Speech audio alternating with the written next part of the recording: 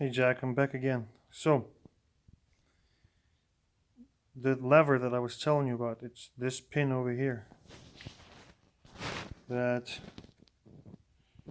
when we open or close,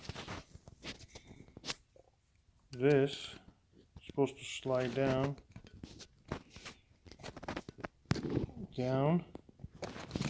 So in this case, I pull this lever down, right?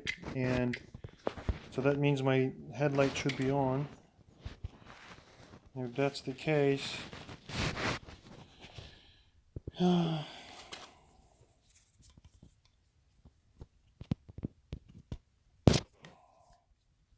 should get a vacuum or some sort of pull. And indeed.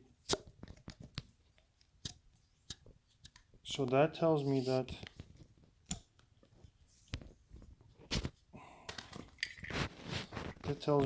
this lever here was somehow loose or was not connected. Alright, more to come, I guess.